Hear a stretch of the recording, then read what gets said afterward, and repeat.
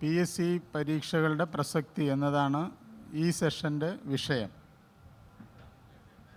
നമ്മൾ പരീക്ഷ എന്നാണ് പറയുന്നതെങ്കിലും അത് PSCയുടെയും കൂടി ഒരു പ്രസക്തി എന്ന രീതിയിലേക്ക് നമുക്ക് ഈ സംവാദത്തെ മാറ്റിക്കൊണ്ടുവരേണ്ടതുണ്ട്. ഇതിൽ പങ്കെടുക്കുന്നത് നിങ്ങൾക്കെല്ലാവർക്കും അറിയുന്നത് പോലെ കേരളത്തിലെ തന്നെ നമ്പർ 1 PSC പരിശീലകനായ ശ്രീ മൻസൂർ അലി കാപ്പുങ്കലാണ്. അദ്ദേഹത്തെ വളരെ ആദരവോടെ ഈ സംവാദത്തിലേക്ക് സ്വാഗതം ചെയ്യുന്നു.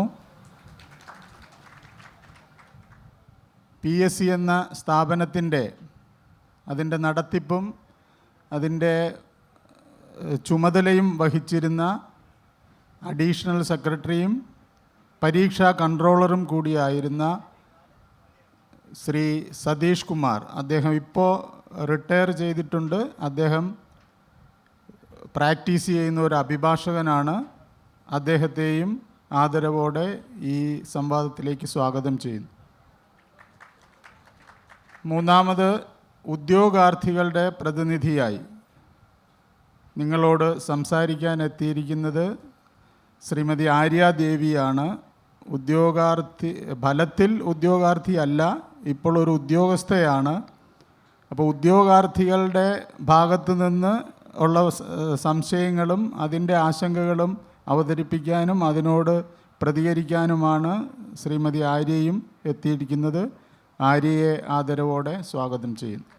ആദ്യമേ തന്നെ വളരെ പ്രധാനപ്പെട്ട ഒരു വിഷയമാണ് ഇവരോട് നമുക്ക് ചോദിക്കാനുള്ളത്. ഒന്ന്,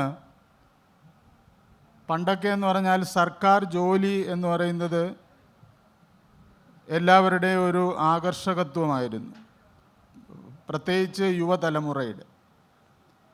നമ്മൾ പഠിക്കാൻ പോകുന്നത് തന്നെ ഒരു സർക്കാർ ജോലി നേടിയെടുക്കുക എന്നുള്ള ലക്ഷ്യത്തോടെയാണ് പൊയ്ക്കൊണ്ടിരുന്നത്. പക്ഷേ ഇന്ന് സ്ഥിതി മാറിയിട്ടുണ്ട്. സർക്കാർ ജോലിയുടെ ആകർഷകത്വം പൊതുവെ മറ്റു ജോലികളുടെ പോലെ ആണെന്ന് യുവജനങ്ങൾ കരുതുന്നില്ല. അതുകൊണ്ടാകണം ഈ കഴിഞ്ഞ LD clerk, last grade servants തുടങ്ങിയ വിജ്ഞാപനങ്ങൾക്ക് ഇതിനു മുമ്പത്തെ വർഷത്തെ വിജ്ഞാപനം, ഇതിനു മുമ്പ് വരുന്നത് 2019 അതിനുശേഷം ഇപ്പോൾ 4 വർഷം കഴിഞ്ഞിട്ടാണ് പുതിയ വിജ്ഞാപനങ്ങൾ വരുന്നത്. ഈ വിജ്ഞാപനങ്ങൾക്ക് 2019 വിജ്ഞാപനങ്ങളെക്കാൾ അപേക്ഷകരുടെ എണ്ണത്തിൽ വലിയൊരു കുറവുണ്ടായി. അപ്പോൾ അതിനെ എങ്ങനെയാണ് നമ്മൾ വിലയിരുത്തേണ്ടത് എന്നതിനെക്കുറിച്ച് ഇവരാദ്യം നമ്മളോട് സംസാരിക്കും. അതിനാദ്യം മൻസൂറിനെ ക്ഷണിച്ചുകൊള്ളൂ. 2019 LDC പരീക്ഷ വിളിക്കുന്ന സമയത്ത് ഉണ്ടായിരുന്ന അപേക്ഷകർ 2023 വന്ന ഒരു നോട്ടിഫിക്കേഷനിൽ ഉണ്ടായിട്ടില്ല എന്നാണ് പറയുന്നത്. അതിനിടയ്ക്ക് സംഭവിച്ച വലിയൊരു മാറ്റം നമ്മളൊക്കെ അനുഭവിച്ചാണ് കൊറോണ കാലം എന്ന് പറയുന്നത്. ആ ഒരു കൊറോണ കാലത്താണ് ഏറ്റവും കൂടുതൽ യൂട്യൂബ് ചാനലുകളുടെയും അതുപോലെ തന്നെ റിയൽ ലൈഫിൻ്റെയും പ്രസക്തി എത്രത്തോളമാണെന്ന് പുതിയ തലമുറ തിരിച്ചറിഞ്ഞതും ആ കൊറോണ കാലത്തിന് ശേഷമാണ്. PSC മാത്രം എന്ന് കരുതി ജീവിക്കേണ്ട ആവശ്യമൊന്നുമില്ല. ഇൻസ്റ്റഗ്രാമിലും യൂട്യൂബിലും ഫേസ്ബുക്കിലും ഒക്കെ സ്വന്തമായിട്ടൊരു പേജും ഒരു ചാനലും ഒക്കെ ഉണ്ടെങ്കിൽ എന്ത് കോപ്രായം കാണിച്ചാലും വരുമാനം ഉണ്ടാക്കാം എന്നുള്ള ലെവലിലേക്കും പുതുതലമുറ ചിന്തിക്കുന്ന ഒരു ലെവലിലേക്ക് മാറി എന്നുള്ളതും ഒരു തലത്തിൽ നിൽക്കുന്നു. രണ്ടാമതൊരു തലം എന്ന് പറയുന്നത് PSC തൊട്ട് മുന്നത്തെ വർഷമാണ് എന്ത് ചെയ്യുന്നത്, 2 ഘട്ടം എന്നുള്ളൊരു പരിഷ്കാരം 2021 കൊണ്ടുവന്നത്. പൊതുവെ മലയാളികളുടെ ഒരു മനസ്സ് എന്ന് പറയുന്നത് ഈ പറയുന്ന സിവിൽ സർവീസിനോട് പൊതുവേ മലയാളികൾക്ക് ആദ്യം മുതലേ ഒരു അവഗണന എന്തുകൊണ്ടാണെന്ന് വെച്ച് കഴിഞ്ഞാൽ പ്രിലിംസ് എഴുതണം, മെയിൻസ് എഴുതണം, പിന്നെ ഒരു ഇൻ്റർവ്യൂ എഴുതണം, അത്രത്തോളമൊന്നും മെനക്കെടാൻ എന്നെക്കൊണ്ടാവില്ല എന്നുള്ളൊരു ചിന്താഗതിയാണ്.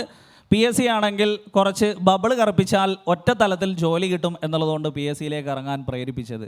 അത് മാറ്റിയിട്ട് PSCയിലും 2 ഘട്ടം വന്നു എന്ന് പറഞ്ഞപ്പോൾ കുറേ ഉദ്യോഗാർത്ഥികൾ ആ ഒരു കാരണം കൊണ്ട് പിന്മാറി എന്നുള്ളതും ഇപ്പോൾ ഈ വരുന്ന LDCക്ക് 2 ഘട്ടം ഒഴിവാക്കി ഒറ്റഘട്ടമാക്കി എന്നുള്ളതും സ്വാഗതാർഹമാണ്.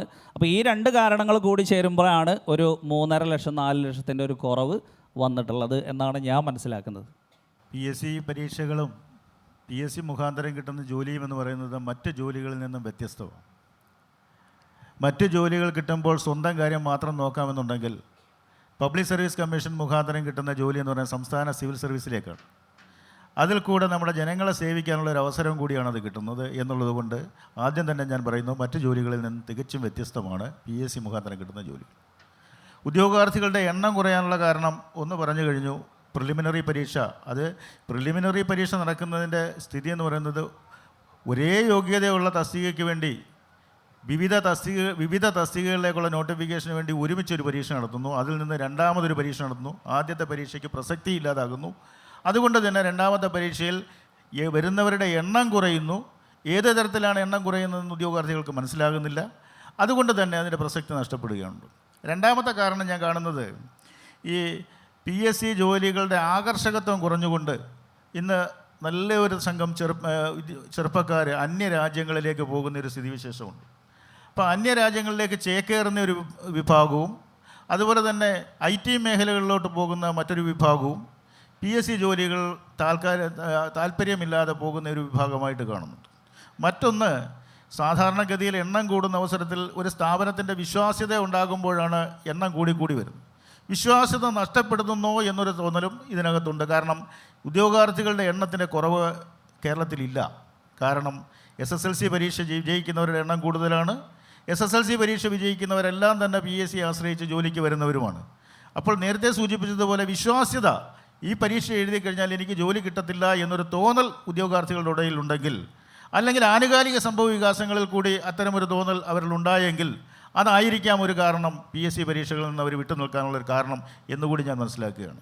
മറിച്ച് ഒരു കാലത്തും ഒരു ജോലിക്കും ഉദ്യോഗാർത്ഥികളുടെ അഭാവം PSCയെ ബാധിച്ചിട്ടില്ല. എപ്പോഴും ഒഴിവുകളുടെ എണ്ണം വളരെ കുറവും ഉദ്യോഗാർത്ഥികളുടെ എണ്ണം ക്രമാതീതമായി കൂടുകയും ചെയ്യുന്ന ഒരു അവസരമാണ് ഉണ്ടായിരുന്നത്. മാത്രമല്ല 2019 വരെയുള്ള ഓരോ നോട്ടിഫിക്കേഷൻ നോക്കിക്കഴിഞ്ഞാലും ക്രമാനുഗതമായിട്ട് ഉദ്യോഗാർത്ഥികളുടെ എണ്ണം കൂടി വരുന്ന ഒരു സാഹചര്യമാണ് ഉണ്ടായിരുന്നത്. അതിൽ നിന്ന് മാറി വരാനുള്ളൊരു സാഹചര്യം ഈ വിശ്വാസ്യതയിലുണ്ടാകുന്ന ഇടിവാണോ എന്നുള്ള കാര്യത്തിൽ ബലമായി ഞാൻ സംശയിക്കുകയാണ്. അതായത് PSCയിൽ നിന്ന് തന്നെ റിട്ടയർ ചെയ്ത ഒരു ഉദ്യോഗസ്ഥനാണ് ഇത് പറയുന്നത്. അപ്പോൾ ആ വിശ്വാസ്യത എന്തുകൊണ്ട് ആണ് നഷ്ടപ്പെട്ടു പോകുന്നത് എന്നുള്ളത് നമ്മൾ ആലോചിക്കേണ്ട വിഷയമാണ്. അടുത്തായിട്ട് ഉദ്യോഗാർത്ഥി എന്ന നിലയിലാണ് ആര്യാദേവിയോട് ഈ ചോദ്യം. കാരണം ഇപ്പോൾ ജോലി ഇല്ലായിരുന്നുവെങ്കിൽ ഇപ്പോൾ ക്ഷണിച്ച ഈ വിജ്ഞാപനങ്ങൾക്ക് ആര്യാദേവി അപേക്ഷിക്കുമായിരുന്നു? ജോലി ഇല്ലായിരുന്നെങ്കിൽ തീർച്ചയായും അപേക്ഷിച്ചേനെ. പിന്നെ ഈ ഒരു ട്രെൻഡ് കുറച്ച് പോസിറ്റീവായിട്ട് അതിനെ വിശകലനം ചെയ്യാനാണ് ഞാൻ ആഗ്രഹിക്കുന്നത്. കാരണം നമുക്കറിയാം, എൻ്റെയൊക്കെ ഒരു കാലഘട്ടം, അല്ലെങ്കിൽ ഞങ്ങളൊക്കെ PG UG ചെയ്തിരുന്ന ഒരു കാലഘട്ടത്തിൽ ഡിഗ്രി എടുക്കുക, PG എടുക്കുക, അതിനുശേഷം ഒരു സർക്കാർ ജോലിക്ക് വേണ്ടി പരിശ്രമിക്കുക എന്നതിനപ്പുറം എന്ത് സാധ്യതകളുണ്ടെന്നോ അല്ലെങ്കിൽ കൃത്യമായ ഒരു കരിയർ ഗൈഡൻസോ ഒന്നും ലഭിച്ച ഒരു തലമുറയായിരുന്നില്ല ഞങ്ങൾ. പക്ഷേ ഇന്നത്തെ കുട്ടികളുടെ അവസ്ഥ അതല്ല. അവർക്ക് മുന്നിലുള്ള സാധ്യതകളെക്കുറിച്ച് കൃത്യമായ ധാരണയുണ്ട്. ഏത് കോഴ്സ് പഠിച്ച് അവർക്ക് താല്പര്യമുള്ള കോഴ്സുകൾ ഏതാണ് എന്ന് അന്വേഷിച്ച് കണ്ടെത്തി പഠിക്കാനുള്ള അവസരം അവർക്കുണ്ട്. അത് ഇന്ത്യക്കകത്തെ യൂണിവേഴ്സിറ്റികളിലായിക്കോട്ടെ, ഇന്ത്യക്ക് പുറത്തു പോയി പഠിക്കാനാണെങ്കിൽ അതിനുള്ള സാധ്യതകളെക്കുറിച്ചുള്ള വിവരങ്ങൾ അവർക്ക് കൃത്യമായി ലഭിക്കുന്നുണ്ട്. അതുകൊണ്ട് തന്നെ അത് മനസ്സിലാക്കി അവർക്ക് താല്പര്യമുള്ള മേഖലയിലേക്ക് ചേക്കേറുവാനും അവരുടെ സ്വപ്ന ജോലികളിലേക്ക് എത്തിച്ചേരുവാനും യുവതലമുറ ശ്രമിക്കുന്നതിൻ്റെ ഒരു ഭാഗം കൊണ്ട്, ആ ഒരു ശ്രമത്തിൻ്റെ ഭാഗമായിട്ട് കൂടിയാണ് ഈ ഒരു കുറവ് വന്നിട്ടുള്ളത്. അതെന്തുകൊണ്ട് പോസിറ്റീവാണ് എന്ന് ചോദിച്ചാൽ, നമുക്കറിയാം സാറ് സൂചിപ്പിച്ചതുപോലെ നമ്മളുടെ PSC പൊതുവെ ഒരുപാട് ഉദ്യോഗാർത്ഥികൾ, എന്നാൽ വളരെ കുറച്ച് ആളുകളെ മാത്രമേ ഈ ഒരു സംവിധാനത്തിന് ഉൾക്കൊള്ളാൻ കഴിയുകയുള്ളൂ. അപ്പോൾ ഇത്രയും അധികം ഉദ്യോഗാർത്ഥികൾ അവരുടെ സമയം, അവരുടെ ആ ഒരു അവരുടെ എഫേർട്ടൊക്കെ ഒരുപക്ഷെ ഒരുപാട് എല്ലാ കഴിവുള്ളവരെയും ഉൾക്കൊള്ളാൻ പോലും സിസ്റ്റത്തിന് കഴിയണം എന്നില്ല.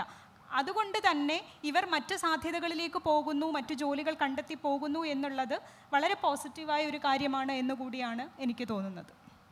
ഈ ആര്യ പറഞ്ഞതിനോടൊപ്പം കൂട്ടിച്ചേർക്കാൻ ഒരു കാര്യമുള്ളത്, ഈ ഉദ്യോഗാർത്ഥികൾ തസ്തിക സെലക്ട് ചെയ്ത് അപേക്ഷിക്കുന്നുണ്ടോ എന്നുള്ള ഒരു സംശയമാണെന്ന് തോന്നുന്നു, അല്ലേ? അതിന് കാരണം ഇപ്പോൾ വന്ന ഈ LD ക്ലർക്ക് LGS വിജ്ഞാപനങ്ങൾക്ക് അപേക്ഷകർ കുറഞ്ഞെങ്കിലും LP UP തുടങ്ങിയ അധ്യാപക തസ്തികകൾക്ക് കഴിഞ്ഞ വർഷത്തേക്കാൾ അപേക്ഷകരുടെ എണ്ണം കൂടുകയാണ് ചെയ്തത്. അപ്പോൾ ആ പറഞ്ഞതിൽ ഒരു സാധ്യത കാണുന്നുണ്ട്. ഇനി നമ്മൾ അടുത്തൊരു വിഷയത്തിലേക്ക് പോവുകയാണ്. അത് പൊതുവെ കാലങ്ങളായി കേരളം ഉണ്ടായ കാലം തൊട്ട് വേണമെങ്കിൽ പറയാം, ചർച്ച ചെയ്യുന്ന വിവാദമാക്കിക്കൊണ്ടിരിക്കുന്ന ഒരു വിഷയമാണ് PSC അംഗങ്ങളുടെ ബാഹുല്യം.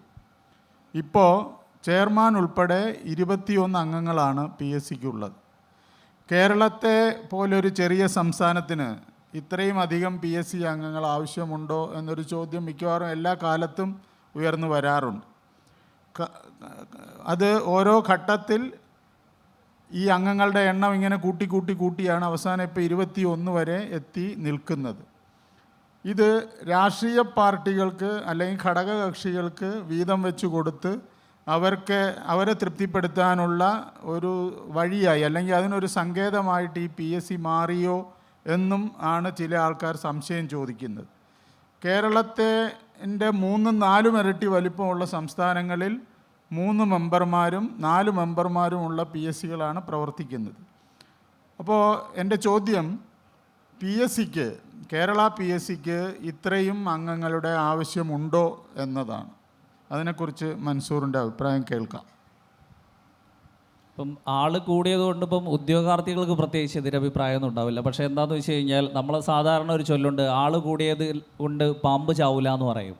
എന്ന പോലെ ഈ 21 പേര് കൂടി ആലോചിച്ച് എടുത്ത് പുറത്തേക്ക് വരേണ്ട ഒരു തീരുമാനം പോലെയല്ല പലതും വരാറുള്ളത്. അതായത് ഉദ്യോഗാർത്ഥിയുടെ ഭാഗത്തു നിന്ന് ചിന്തിച്ചുകൊണ്ട് പരിഷ്കാരങ്ങൾ നടപ്പിലാക്കാനോ അല്ലെങ്കിൽ ഇതിൻ്റെ ഒരു നല്ല ഒരു വശം ഉദ്യോഗാർത്ഥിക്കാണ് കിട്ടേണ്ടത്, ഞങ്ങൾ നടപ്പിലാക്കുന്നത് എന്തും ഞങ്ങളുടെ മക്കളെ പോലെ കണ്ടുകൊണ്ട് നടപ്പിലാക്കണം എന്ന രീതിയിൽ ഒന്നും നടപ്പിലാക്കാതെ പലതും എങ്ങനെ ഉദ്യോഗാർത്ഥികൾക്ക് ജോലി കൊടുക്കാതിരിക്കാം എന്നുള്ള ലെവലിലാണ് പല പരിഷ്കാരങ്ങളും ഉദ്യോഗാർത്ഥികൾക്ക് വരാറുള്ളത്. അത് യഥാർത്ഥത്തിൽ ഈ 21 പേര് കൂടി ആലോചിച്ച് നല്ലൊരു തീരുമാനം, ഇപ്പം കഴിഞ്ഞ കാലത്തെ ചെയർമാനാണെങ്കിലും ഈ കാലത്തെ ചെയർമാനാണെങ്കിലും ഒട്ടും പരിഷ്കാരങ്ങൾ കണ്ടു കഴിഞ്ഞാൽ തന്നെ അറിയാൻ പറ്റും, മറ്റുള്ളവരുടെ അഭിപ്രായങ്ങൾ പോലും അന്വേഷിക്കാതെ സ്വന്തമായി പല തീരുമാനങ്ങളും PSCയുടെ പേരിൽ ഉദ്യോഗാർത്ഥികളുടെ മേലെ അടിച്ചേൽപ്പിക്കുന്ന പോലെ. അപ്പോൾ ആൾ കൂടുന്നതിലല്ല, ആൾ കൂടുകയോ കുറയുകയോ ചെയ്തോട്ടെ, പക്ഷേ അതിൻ്റെ ഉള്ളിലെ എല്ലാ കാര്യങ്ങളും അത്തരത്തിലുള്ള ആളുകളെ, അതും ഈ വരുന്ന ആളുകളെല്ലാം ഈ തരത്തിൽ ഉദ്യോഗാർത്ഥികൾക്ക് പരിഷ്കാരങ്ങൾ നടപ്പിലാക്കി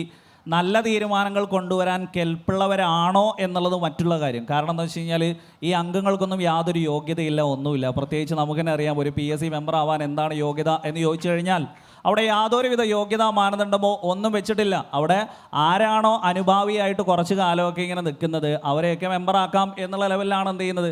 ഉദ്യോഗാർത്ഥികൾ വരെ ചിന്തിക്കുന്നു, ഞാനും ഈ ലെവലിൽ പാർട്ടിയിലേക്ക് പോയിട്ടൊക്കെ ലാസ്റ്റ് ഒരു PSC മെമ്പർ ആയാലോ, അതാണ് ഇതിനേക്കാളും വലിയ എളുപ്പം എന്നുള്ള ലെവലിലേക്കൊക്കെ ചിന്തിക്കാൻ ഉതകുന്ന തരത്തിലാണ് എന്ത് ചെയ്യുന്നത് ഈ മെമ്പർമാരുടെ ആധിക്യവും. യഥാർത്ഥത്തിൽ അത് നല്ല രീതിയിലാണെങ്കിൽ 21 പേരുടെ കൂട്ടായ്മയിലൂടെ വരേണ്ടത് ഏറ്റവും നല്ല തീരുമാനങ്ങൾ ഉദ്യോഗാർത്ഥികൾക്ക് അനുകൂലമായിക്കൊണ്ടാണ്. അതിതുവരെ നടപ്പിലായിട്ടില്ല എന്നതിൽ വളരെയധികം ഖേദമുണ്ട്. വളരെ വ്യക്തമാണ് മൻസൂർ പറഞ്ഞത്. അത് ഞാൻ ഇതിൻ്റെ കൂടെ കൂട്ടിച്ചേർക്കാൻ ഇരുന്ന ഒരു വിഷയമാണ്. അതായത് PSC അംഗത്വത്തിന് പ്രത്യേകിച്ച് വിദ്യാഭ്യാസ യോഗ്യതയൊന്നും പറഞ്ഞിട്ടില്ല. PSCയുടെ പകുതി അംഗങ്ങൾ സർവീസ് കോട്ടയിൽ വരുമ്പോൾ ബാക്കി പകുതി നോൺ സർവീസിലാണ്. ഈ സർവീസിൽ വരുന്നവർക്ക് എന്തായാലും ഒരു മിനിമം വിദ്യാഭ്യാസ യോഗ്യതയെങ്കിലും ഉണ്ടാവും. നോൺ സർവീസ് മെമ്പർമാരിൽ ആർക്കും വിദ്യാഭ്യാസ യോഗ്യത പ്രത്യേകിച്ചൊന്നും പറഞ്ഞിട്ടില്ല. അവരാണ് ഏറ്റവും ഉയർന്ന തസ്തികയിലേക്ക് ഉദ്യോഗസ്ഥരെ അഭിമുഖം നടത്തി തിരഞ്ഞെടുക്കേണ്ട ആൾക്കാർ. ഇതിനെക്കുറിച്ച് സാറിൻ്റെ അഭിപ്രായം? സാർ ഒരു രാഷ്ട്രീയ പ്രവർത്തകൻ കൂടിയാണ്, അപ്പോൾ ആ ഒരു ആംഗിളിൽ കൂടെ ഞങ്ങൾക്ക് ഇതിനൊരു മറുപടി കിട്ടിയാൽ കൊള്ളാം. രാഷ്ട്രീയക്കാർക്ക് ഈ വീതം വെച്ച് കൊടുക്കുന്ന ഏർപ്പാടാണോ PSC?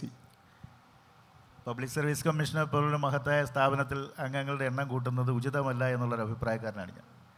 മുമ്പ് പ്രഗത്ഭരായിട്ടുള്ള വ്യക്തികൾ, അതായത് ഡോക്ടർ KG അടിയോടി ധനകാര്യമന്ത്രിയായിരുന്ന വ്യക്തി, തച്ചടി പ്രഭാകരൻ ധനകാര്യമന്ത്രിയായിരുന്ന വ്യക്തി, അങ്ങനെ വളരെ പ്രഗത്ഭരായിട്ടുള്ള G. ഗോപാലകൃഷ്ണനുള്ള അഡീഷണൽ ചീഫ് സെക്രട്ടറി മുതലായവരാണ് PSC ചെയർമാൻ്റെ പദം അലങ്കരിച്ചിരുന്നത്.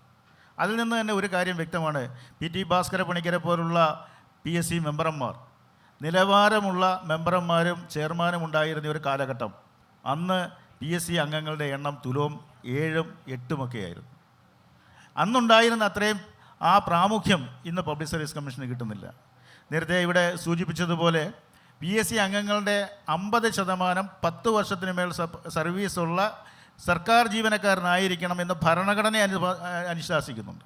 ഈ ഭരണഘടന അനുശാസിക്കുന്നത് എന്തിനാണെന്ന് വെച്ചാൽ, ഈ സർക്കാർ സർവീസിൻ്റെ വ്യവസ്ഥകളും നിയമങ്ങളും ചട്ടങ്ങളും ഒക്കെ അറിയാവുന്നവരും സർവീസിനെ പറ്റി വളരെ നല്ല ധാരണയുള്ളവരുമായിരിക്കണം ഈ PSC മെമ്പർമാരായി വരേണ്ടവർ എന്നുള്ളത് കൊണ്ടാണ് ആ ഒരു നിബന്ധന വെച്ചത്. ഭരണഘടന അനുശാസിക്കുന്ന ആ വ്യവസ്ഥ പോലും മാറ്റിമറിച്ചുകൊണ്ട് അത്തരം യോഗ്യതകളൊന്നും ഇല്ലാത്ത, അതായത് ഉയർന്ന സ്ഥാനങ്ങളൊന്നും വഹിക്കാത്ത താഴെ തട്ടിലുള്ളവരെയും സ്വകാര്യ സ്കൂൾ അധ്യാപകരെയും പ്രൈവറ്റ് സ്കൂൾ അധ്യാപകരെയും ഒക്കെ PSC മെമ്പർമാരാക്കിക്കൊണ്ട് ആ കോട്ടയിൽ നയിക്കുന്ന ഒരു സാഹചര്യമാണ് കഴിഞ്ഞ കുറേ കാലങ്ങളായിട്ട് വന്നു വരുന്നത്.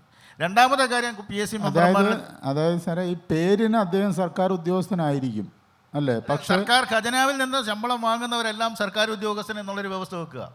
സർക്കാർ ഉദ്യോഗസ്ഥൻ എന്ന് പറയുമ്പോൾ സർക്കാരിൻ്റെ ഖജനാവിൽ നിന്ന് ശമ്പളം വാങ്ങുന്നവരല്ല, സർക്കാരിൻ്റെ നേരിട്ട് PSC മുഖാന്തരം തിരഞ്ഞെടുക്കപ്പെടുന്ന സ്ഥാപനങ്ങളിലെ ജോലി ചെയ്യുന്നവരാണ് സർക്കാർ ഉദ്യോഗസ്ഥർ. അത് 10 വർഷം എന്ന് പറഞ്ഞത് 10 വർഷം ഉയർന്ന സ്ഥാനങ്ങളിൽ ഇരുന്നവരായിരിക്കണം, എങ്കിലേ സർവീസിൻ്റെ കാര്യങ്ങൾ അവർക്ക് മനസ്സിലാക്കാൻ സാധിക്കുകയുള്ളൂ. അങ്ങനെയുള്ളവരായിരിക്കണം എന്ന് പറഞ്ഞതാണ് കാറ്റിപ്പറത്തുന്നത്. രണ്ടാമത്തെ കാര്യം അവരുടെ നിലവാരമാണ്. ഇപ്പോൾ കഴിഞ്ഞ കുറേ വർഷങ്ങളായിട്ട് എനിക്ക് നേരിട്ട് ബോധ്യമുള്ളതുകൊണ്ട് പല മെമ്പർമാരും അവിടെ വന്നു കഴിഞ്ഞാൽ ഇൻ്റർവ്യൂവിൽ പങ്കെടുക്കാൻ അവർക്ക് വിമുഖതയാണ്. കാരണം ചോദ്യം ചോദിക്കുന്നതും ഉദ്യോഗാർത്ഥികളെ അഭിമുഖീകരിക്കാൻ അവർക്ക് പറ്റുന്നില്ല. അതുകൊണ്ട് തന്നെ പലരും അവിടെ വന്ന് മാസാമാസമുള്ള ശമ്പളവും ടിഎയും മറ്റു കാര്യങ്ങളും വാങ്ങിപ്പോകുന്നതല്ലാതെ ഇൻ്റർവ്യൂവിൽ പോലും പങ്കെടുക്കാൻ പറ്റാതെ പോകുന്ന കമ്മീഷൻ അംഗങ്ങളുണ്ട്, ഇപ്പോഴും ഉണ്ട്. മറ്റൊരു കാര്യം, ഈ ഇത്രയേറെ ആൾക്കാരെ അവിടെ, അതായത് 21 മെമ്പർമാരെ നിയമിക്കുമ്പോൾ അവർക്ക് ഭാരിച്ച ശമ്പളമാണ് നൽകുന്നത്. ആ ശമ്പളം മാത്രമല്ല, ജീവിച്ചിരിക്കുന്നിടത്തോളം കാലം മെഡിക്കൽ ആനുകൂല്യങ്ങളും മറ്റും കൊടുത്ത് നമ്മുടെ ഈ മന്ത്രിമാരുടെ പേഴ്സണൽ സ്റ്റാഫിൽ 2 വർഷം ഇരുന്നാൽ പെൻഷൻ കിട്ടുമെന്നുള്ള വ്യവസ്ഥ പോലെ PSCയിലെ 2 വർഷം മെമ്പറായിരുന്നാൽ ആജീവനാന്തം മെഡിക്കൽ ആനുകൂല്യങ്ങളും മറ്റും കിട്ടുന്ന കുറേ ആൾക്കാരെ തിരികെ കയറ്റാനുള്ളൊരു വേദിയായിട്ടാണ് ഇപ്പോൾ വെക്കുന്നത്. 30 വയസ്സ് തികഞ്ഞ ആൾക്കാരെ വരെ ഇപ്പം പബ്ലിക് സർവീസ് കമ്മീഷൻ്റെ മെമ്പറായിട്ടുണ്ട് ഇപ്പോഴത്തെ കമ്മീഷനകത്ത്. അങ്ങനെ വരുന്നത് 30 വയസ്സ് 35 വയസ്സ് വരെ എന്ന് പറയുന്ന ഒരു ജോലി കിട്ടാനുള്ള യോഗ്യത അവസാന കാലഘട്ടമാണ്, പ്രായപരിധിയാണ്. നിയമം പ്രകാരം അല്ലെ ഭരണഘടന പ്രകാരം 62 വയസ്സ് വരെ ഉള്ളവർക്കേ കമ്മീഷൻ അംഗമായി തുടരാൻ പറ്റൂ എന്നുള്ളൊരു നിയമവും ബുദ്ധിസ്ഥിരതയുള്ളവരായിരിക്കണം എന്നുള്ളൊരു വ്യവസ്ഥയും മാത്രമേ ഉള്ളൂ. ബാക്കിയുള്ള ആർക്കും PSC മെമ്പറാകാം എന്നുള്ള വ്യവസ്ഥ അന്ന് ഭരണഘടനാ വിധാതാക്കൾ ഉദ്ദേശിച്ചിരുന്നതെന്ന് പറയുന്നത് സമൂഹത്തിലെ ഉയർന്ന സ്ഥാനത്ത് നിൽക്കുന്ന വളരെ കാര്യങ്ങൾ മനസ്സിലാക്കുന്ന PSCയുമായിട്ട് ബന്ധപ്പെട്ടുള്ള സെലക്ഷൻ പ്രക്രിയയ്ക്ക് യോഗ്യരായവരായിരിക്കണം എന്നുള്ള കാര്യം മറന്നുകൊണ്ട് അംഗങ്ങളുടെ എണ്ണം കൂട്ടി അവർക്ക് ആനുകൂല്യങ്ങൾ കൊടുക്കാനുള്ള ഒരു വേദിയായിട്ട് മാത്രം ഈ PSCയുടെ അംഗത്വത്തിനെ വർദ്ധിപ്പിച്ചിരിക്കുന്ന സാഹചര്യമാണുള്ളത്. 14 ജില്ലകളാണ് നമുക്കിവിടെ ഉള്ളത്, 14 ജില്ലാ ഓഫീസുകളുമുണ്ട്. എന്തിനാ ഈ 21 അംഗങ്ങളുടെ കമ്മീഷൻ്റെ ആവശ്യം? പലപ്പോഴും ഇത് നേരത്തെ സൂചിപ്പിച്ചതുപോലെ നല്ല ചിന്തകളിലേക്ക് വരുന്നതിന് പകരം അത് തെറ്റായ ചിന്തകളിലേക്കും തെറ്റായ സ്വാധീനങ്ങളിലേക്കും പോകുന്ന സ്ഥിതിവിശേഷമാണ് ഉണ്ടാകുന്നത്. അതുകൊണ്ട് അടിയന്തരമായി മറ്റേ ക്യാബിനറ്റ് പോലെയല്ല ഈ കമ്മീഷൻ അംഗങ്ങളുടെ എണ്ണം കുറയ്ക്കണം എന്നുള്ള വാദഗതി വിവിധ കോണുകളിൽ നിന്ന് ഇതിനോടകം തന്നെ ഉയർന്നു വന്നിട്ടുണ്ട്. അല്ല, ഇടയ്ക്കൊരു സംശയം സാർ ഇപ്പോൾ പറഞ്ഞു, ഈ 62 വയസ്സ് വരെയും പിന്നെ ബുദ്ധിസ്ഥിരത വേണമെന്ന് അങ്ങനെ പ്രത്യേകിച്ച് പറഞ്ഞിട്ടുണ്ടോ അതിൽ? അതെ, ആലങ്കാരികമായി പറഞ്ഞതാണോ? അതെ, അല്ല ഉദ്ദേശിച്ചത് ഈ ലോകസഭാംഗമാകാൻ അല്ലെങ്കിൽ ഗവർണറാകാൻ പ്രസിഡൻ്റാകാൻ യോഗ്യതയുള്ളവർക്ക് ഇതാകാം എന്നുള്ളതാണ് പറയുന്നത്. അപ്പോൾ അത് അങ്ങനെ വരുമ്പോൾ അതിനകത്ത് ഇതും വരും എന്നുള്ളതുകൊണ്ട് മാത്രമാണ് പറയുന്നത്. പ്രത്യേകിച്ച് വിദ്യാഭ്യാസ യോഗ്യത പറഞ്ഞിട്ടില്ല, പ്രത്യേകിച്ച് മിനിമം പ്രായപരിധി പറഞ്ഞിട്ടില്ല. 62 വയസ്സെന്ന് പറഞ്ഞാൽ റിട്ടയർ ചെയ്യാനുള്ള പ്രായപരിധി അത് തന്നെ പറഞ്ഞിരിക്കുന്നത് 6 വർഷമോ 62 വയസ്സോ വിച്ചവർ ഈസ് ഏർലിയർ. ഇതിലേതാണോ ആദ്യം വരുന്നത് അതാണ്. സാർ അതിലേക്ക് ഒരു കാര്യം കൂടെ കൂട്ടിച്ചേർക്കാണ്. അതായത് ഇപ്പോൾ ഭരണഘടന അനുശാസിക്കുന്ന കാര്യങ്ങളാണ് സാർ ഈ പറഞ്ഞ യോഗ്യതാ മാനദണ്ഡങ്ങളൊക്കെ. അതൊന്നും ഇവിടെ യഥാർത്ഥത്തിൽ അവിടെ ഇരുന്നവർക്ക് പോലും അതെന്താണ് എന്ന് പോലും ചിന്തിക്കുന്നില്ല. കാരണം അതിന് ഏറ്റവും വലിയ ഉദാഹരണമാണ് കഴിഞ്ഞ 5 വർഷം ചെയർമാനായിരുന്ന ആൾ PSCക്ക് വന്ന ചോദ്യമാണ്, ഒരു ചെയർമാനായിട്ട് റിട്ടയർ ചെയ്ത ആൾ കേന്ദ്ര ഗവൺമെൻറ്റിൻ്റെ കീഴിലോ സംസ്ഥാന ഗവൺമെൻറ്റിൻ്റെ കീഴിലോ ഒരു പദവി വഹിക്കാൻ പാടില്ല എന്നുള്ളത്. ആ ചെയർമാൻ ഇപ്പോൾ ഏത് പദവിയാണ് വഹിച്ചുകൊണ്ടിരിക്കുന്നത്? ഈ കേരളക്കര മൊത്തം അറിയുന്നതല്ലേ. അപ്പോൾ ഇവിടെ ഭരണഘടന എന്താണോ അനുശാസിക്കുന്നത് ആ കാര്യങ്ങളൊന്നും യഥാർത്ഥത്തിൽ ഈ പറയുന്ന ഇരിക്കുന്ന ആളുകളോ ഒന്നും എന്ത് ചെയ്യുന്നില്ല, മൈൻഡ് ചെയ്യുന്നില്ല എന്നുള്ളതാണ് യാഥാർത്ഥ്യം. അതിനകത്ത് ഒരു കാര്യം കൂടിയുണ്ട്.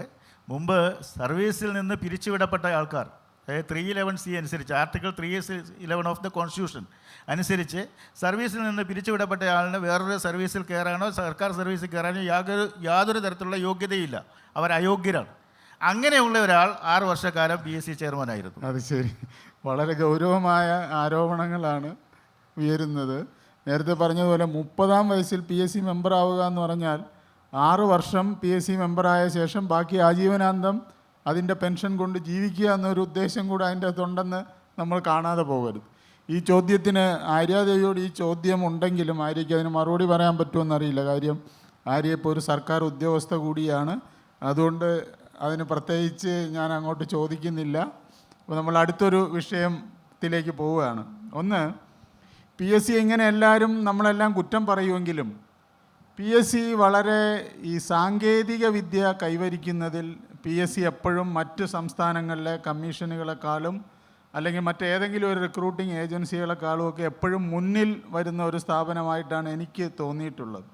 ഇപ്പം ഒറ്റത്തവണ രജിസ്ട്രേഷൻ്റെ കാര്യം എടുത്താലും അതുപോലെ തന്നെ ഓൺലൈൻ സൗകര്യങ്ങൾ, ഉദ്യോഗാർത്ഥികൾക്ക് ഓൺലൈനിലൂടെ സൗകര്യങ്ങൾ ഏർപ്പെടുത്തുന്ന കാര്യത്തിലായാലും വളരെ ശക്തമായ അല്ലെങ്കിൽ വളരെ ആർജവത്തോടെയുള്ള നിലപാടുകളാണ് എല്ലാ കാലത്തും കമ്മീഷനുകൾ കൈക്കൊണ്ടിട്ടുള്ളത്. അതുപോലുള്ള ഒരുപാട് പരിഷ്കാരങ്ങൾ ഇപ്പോഴും ഈ സമീപകാലം വരെ ഉണ്ടാകുന്നുണ്ട്. അതിലാണിപ്പോൾ ഉദ്യോഗാർത്ഥികളുമായി ബന്ധപ്പെട്ട മിക്കവാറും ഏതാണ്ട് എല്ലാ ആക്ടിവിറ്റികളും PSCക്ക് ഓൺലൈൻ വഴിയാണ് ഉണ്ടാവുന്നത്. ഓൺലൈനിലൂടെ നമുക്ക് വീട്ടിലിരുന്ന് പോലും ഇതെല്ലാം അപേക്ഷ അയക്കാം, പരീക്ഷ എഴുതുമെന്ന് ഉറപ്പ് കൊടുക്കാം, അതുപോലെ അഡ്വൈസ് മെമ്മോ ഓൺലൈൻ വഴി വാങ്ങാം, അതുപോലെ ഡിജി ലോക്കർ സംവിധാനം ഇപ്പോൾ വന്നു. നമ്മുടെ സർട്ടിഫിക്കറ്റൊക്കെ ഡിജി ലോക്കറിലൂടെ തന്നെ PSCക്ക് പരിശോധിക്കാം. അങ്ങനെ സാങ്കേതിക വിദ്യ കൈവരിക്കുന്നതിൽ എപ്പോഴും PSC വളരെ മുന്നിലാണെന്നാണ് പൊതുവെയുള്ള അഭിപ്രായം. ഇത് ഉദ്യോഗാർത്ഥികളെ സംബന്ധിച്ച് വലിയൊരു സഹായമല്ലേ എന്നുള്ളതാണ് എൻ്റെ ഒരു ചോദ്യം. മൻസൂറിന് പറയാം. അതെന്തുകൊണ്ടും തികച്ചും നമ്മൾ മറ്റ് സംസ്ഥാനങ്ങളെ വെച്ച് നോക്കുമ്പോൾ ആ കാര്യത്തിൽ നമുക്ക് എന്ത് ചെയ്യാൻ പറ്റും? കേരള PSCയെ നമുക്ക് ഉറച്ച് വിശ്വസിക്കാൻ പറ്റും. കാരണം ബാക്കിയുള്ള സംസ്ഥാനങ്ങളിലൊക്കെ ഓരോ ഡിപ്പാർട്ട്മെൻറ്റിലേക്കൊക്കെ നിയമനം നടക്കുന്നത് അതാത് ഡിപ്പാർട്ട്മെൻറ്റുകളാണ് അതിൻ്റെ ചുമതല വഹിക്കുന്നത്. എന്നാൽ ഇവിടെ നമുക്ക് എല്ലാ ഡിപ്പാർട്ട്മെൻറ്റുകളിലേക്കും നമുക്ക് PSC തന്നെയാണ് നിയമനം നടത്തുന്നത്. PSC നടത്തുന്ന ആ കാര്യങ്ങളെല്ലാം ഭയങ്കര പെർഫെക്റ്റാണ്. നമ്മൾ ബാക്കിയുള്ള ഏത് പിൻവാതിൽ നിയമനം എന്നൊക്കെ നമ്മൾ പറയുമെങ്കിലും PSC ചെയ്യുന്ന കാര്യങ്ങളിൽ ഈ പറയുന്ന ഉദ്യോഗാർത്ഥിക്ക് വേണ്ടി ചെയ്യുന്ന ആ പ്രൊഫൈലിലൂടെ ചെയ്യുന്ന, അതായത് ഇപ്പം ഏറ്റവും ലാസ്റ്റ് നമ്മൾ കണ്ടതാണ് ഉദ്യോഗാർത്ഥിയുടെ മാർക്ക് പ്രൊഫൈലിൽ കാണിക്കുന്നു എന്നുള്ളത്. ആ ഉദ്യോഗാർത്ഥിക്ക് ശരിക്കും പറഞ്ഞു കഴിഞ്ഞാൽ ഉദ്യോഗാർത്ഥിയെ സംബന്ധിച്ച് തനിക്ക് കിട്ടിയ മാർക്ക് എത്രയാണ്, എന്തുകൊണ്ടാണ് ഞാൻ ലിസ്റ്റിൽ പെടാതിരുന്നത്, ഇതൊക്കെ വ്യക്തമായിട്ട് മനസ്സിലാക്കാൻ പറ്റുന്നതാണ്. മറ്റേത് നമുക്ക് ഈ പറയുന്ന എനിക്ക് എത്രയാണ് കിട്ടിയത് അല്ലെങ്കിൽ കട്ട് ഓഫിൻ്റെ മുകളിൽ ഉണ്ടായിരുന്നോ എന്ന് പോലും നമുക്കറിയാൻ പറ്റാത്ത ഒരു കാര്യം. അതിലൊരു എതിരഭിപ്രായം എന്ന് പറയുന്നത് ഈ ചില സമയത്ത് കഴിഞ്ഞ ഈ 2 തലമൊക്കെ ആക്കിയ സമയത്ത് നോർമലൈസേഷൻ, സ്റ്റാൻഡർഡൈസേഷൻ എന്ന് പറയുന്ന ഒരു സംഭവം പറഞ്ഞിട്ട് ഉദ്യോഗാർത്ഥികളെ കുഴക്കിയിരുന്ന ഒരു സംഭവം.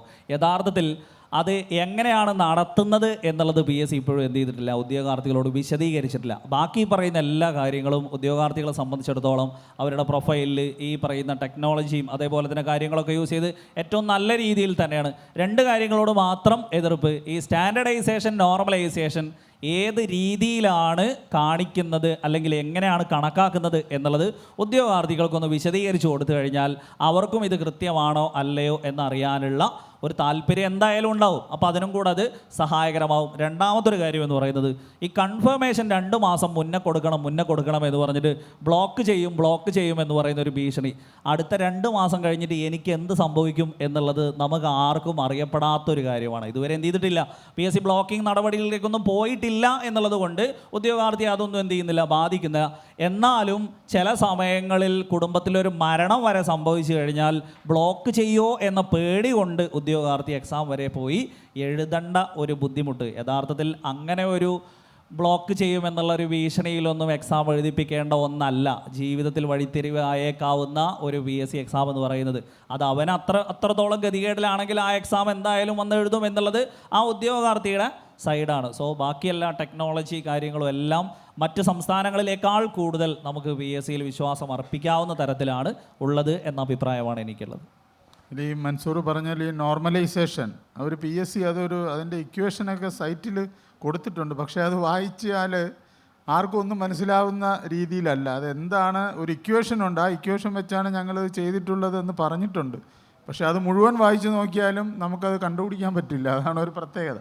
അതിപ്പം നമ്മൾ ഈ പ്രിലിംസ് ഇപ്പം ഡിഗ്രിക്ക് ഇപ്പോഴും എന്ത് ചെയ്തിട്ടില്ല, പ്രിലിംസ് ഒഴിവാക്കിയില്ല. പ്രിലിംസ് മെയിൻസ് നടത്തുന്നതിനോടല്ല നമുക്ക് എതിർപ്പ്. ഇത് 4ഉം 3ഉം ഘട്ടമൊക്കെ ആക്കുമ്പോൾ പല ഘട്ടങ്ങളും എന്ത് ചെയ്യുന്നു, ഘട്ടം ഏത് കിട്ടും എന്നുള്ളതിന് ജാതകം നോക്കേണ്ട അവസ്ഥയാണ്. കാരണം എന്ന് വെച്ചാൽ ചില ഘട്ടങ്ങളിലുള്ളവർക്ക് വളരെ ഈസി എക്സാമും ചില ഘട്ടങ്ങളിലുള്ളവർക്ക് വളരെ ടൈറ്റ് എക്സാമും. എന്നിട്ട് അതിൽ ഈ പറയുന്ന സ്റ്റാൻഡർഡൈസേഷൻ വരുമ്പോൾ ഈ കുട്ടിക്ക് എളുപ്പഘട്ടം കിട്ടിയത് ഈ കുട്ടി തിരഞ്ഞെടുത്തതല്ല. എന്നിട്ട് അതിലേക്ക് സ്റ്റാൻഡർഡൈസേഷൻ അല്ലെങ്കിൽ നോർമലൈസേഷൻ അപ്ലൈ ചെയ്തു വരുമ്പോൾ ലക്ക് കൊണ്ട് മാത്രം, ഘട്ടം കിട്ടിയത് കൊണ്ട് മാത്രം പുറത്താവുന്ന ഒരവസ്ഥ എന്ത് ചെയ്യുന്നു, അതിലേക്ക് വരുന്നു എന്നുള്ളതാണ്. അതിനോടാണ് എതിർപ്പ്. അല്ലെങ്കിൽ എന്ത് ചെയ്താൽ മതി, ഇപ്പോൾ ഈ PSC തന്നെ എന്ത് ചെയ്തിട്ടുണ്ട്, 2019 കാലഘട്ടത്തിൽ ഏകദേശം 8.5 ലക്ഷം പേരെ ഒന്നിച്ച് യൂണിവേഴ്സിറ്റി അസിസ്റ്റൻ്റ് ഒറ്റ ദിവസം കൊണ്ട് നടത്തിയിട്ടുണ്ട്. ആ PSCക്കാണ് ഇപ്പോൾ ഇത്രയും ടെക്നോളജി വികസിച്ച ഈ കാലത്ത് ഒറ്റ ദിവസം കൊണ്ട് ഒറ്റ ഘട്ടമാക്കി നടത്താൻ എന്താണ് ഇത്ര പാട് എന്നുള്ളതാണ്. ഈ PSCയുടെ സാങ്കേതിക വിദ്യയിലെ മുന്നേറ്റം, അതിനെക്കുറിച്ചാണ് സാറിൻ്റെ PSC മറ്റ് ഇതര PSCകളിൽ നിന്നും വ്യത്യസ്തമായി സാങ്കേതിക വിദ്യയിൽ കേരള PSC വളരെ മുന്നിലാണ്. അത് അപേക്ഷ സമർപ്പിക്കുന്ന സമയം മുതൽ റാങ്ക് ലിസ്റ്റ് പബ്ലിഷ് ചെയ്യുന്ന സമയം വരെയുള്ള ജോലികൾ ഏകദേശം അതിൽ തന്നെയാണ് ചെയ്യുന്നത്. അതിനുശേഷമുള്ള ജോലികളാണ് മാനുവലായിട്ട് അവിടെ ചെയ്യുന്നത്. പക്ഷേ ഇതിൽ പല കാര്യങ്ങളും, എല്ലാ കാര്യങ്ങളും ചെയ്യുമ്പോൾ അതിനകത്ത് ഗുണവും ഉണ്ടാവും ദോഷവും ഉണ്ടാവും. ചില കാര്യങ്ങൾ ഒഴിവാക്കേണ്ടതിനാൽ ഒന്നാമത് ഒഴിവാക്കേണ്ട കാര്യം കൺഫർമേഷൻ തന്നെയാണ്. ഒരു ഉദ്യോഗാർത്ഥി ഒരു അപേക്ഷ കൊടുത്തു കഴിഞ്ഞാൽ പരീക്ഷ എഴുതാനും ജോലിക്ക് അയാൾ ആഗ്രഹിക്കുന്നു എന്നുള്ളതും ജോലി കിട്ടിയാൽ പോകും എന്നുള്ളതിൻ്റെ ഉറപ്പാണ് അപേക്ഷ സമർപ്പിക്കുന്നത്. പിന്നീട് ഒരു പരീക്ഷയ്ക്ക് കൺഫർമേഷൻ കൊടുക്കേണ്ട സാഹചര്യമില്ല. പക്ഷേ ഈ കൺഫർമേഷൻ്റെ പേരിൽ ഉദ്യോഗാർത്ഥികളുടെ അവസരം നിഷേധിക്കുന്ന ഒരു സാഹചര്യമാണ് ഉണ്ടാകുന്നത്. സാമ്പത്തിക നേട്ടം നോക്കിയിട്ടല്ലല്ലോ പബ്ലിക് സർവീസ് കമ്മീഷൻ്റെ പ്രവർത്തനം നടത്തേണ്ടത്. സാമ്പത്തിക നേട്ടം നോക്കിയാണെങ്കിൽ ഒരുപാട് കാര്യങ്ങൾ ഒഴിവാക്കണം. അതിലാദ്യം ഒഴിവാക്കേണ്ടത് നേരത്തെ പറഞ്ഞ സംഗതി തന്നെയാണ്, മെമ്പർമാരുടെ നിയമനം തന്നെയാണ്. അപ്പോൾ അതല്ല, അതുകൊണ്ട് ആ ഒരു കാര്യം ഒന്നാമത്. രണ്ടാമത്, ഇപ്പോൾ ഈ സാങ്കേതികവിദ്യ വികസിച്ചതിൻ്റെ അടിസ്ഥാനത്തിലാണ് ഈ പല തട്ടുകളായിട്ടുള്ള പരീക്ഷ നടത്തുന്നത്. കാരണം പല തട്ടുകളായിട്ട് പരീക്ഷ നടത്തുന്നത്, ഇപ്പോൾ PSC പരീക്ഷകൾ തന്നെ ഒന്ന് കോമൺ എക്സാമിനേഷൻ നടത്തും, അത് കഴിഞ്ഞിട്ട് പ്രിലിമിനറി എക്സാമിനേഷനുണ്ട്, തനതായ പരീക്ഷകളുണ്ട്. ഇപ്പോൾ കോമൺ എക്സാമിനേഷൻ സംഭവിക്കുന്ന ഒരു യോഗ്യതയുള്ള ഉദ്യോഗാർത്ഥികളെ മൊത്തം കൂടെ വിവിധ തസ്തികകളിലുള്ള ഉദ്യോഗാർത്ഥികൾക്ക് ഒറ്റ പരീക്ഷ നടത്തി കഴിഞ്ഞാൽ അതിൽ കുറച്ച് പേരെ സെലക്ട് ചെയ്ത് എങ്ങനെയാണ് സെലക്ട് ചെയ്യുന്നതെന്ന് ഉദ്യോഗാർത്ഥിക്ക് വ്യക്തമല്ല എന്നുള്ള കാര്യം ഒരുപാട് പരാതികളുണ്ട്. കുറച്ച് ഉദ്യോഗാർത്ഥികൾ തിരഞ്ഞെടുത്ത ശേഷം ആ ഉദ്യോഗാർത്ഥികൾ വെച്ചൊരു മെയിൻ പരീക്ഷ നടത്തും. ആദ്യത്തെ പ്രിലിംസ്, പിന്നെ മെയിൻസ്, പിന്നെ രണ്ടാമതൊരു പരീക്ഷ. ഇപ്പോൾ കോമൺ പരീക്ഷ ആയി കഴിയുമ്പോൾ ഇതിൽ വരുന്ന ഉദ്യോഗാർത്ഥികളെല്ലാം ഏകദേശം ഒരേ ഉദ്യോഗാർത്ഥികളായിരിക്കും 5ഓ 10ഓ റാങ്ക് ലിസ്റ്റിൽ വരുന്നത്. ഈ 10 റാങ്ക് ലിസ്റ്റിൽ വരുന്നവരെ അഡ്വൈസ് ചെയ്യുമ്പോഴും അവർ തന്നെയായിരിക്കും പോകുന്നത്. നഷ്ടം സംഭവിക്കുന്നത് താഴെത്തട്ടിലുള്ള ഉദ്യോഗാർത്ഥികൾ, താഴെ റാങ്കിൽ കിടക്കുന്ന ഉദ്യോഗാർത്ഥികൾക്കാണ്.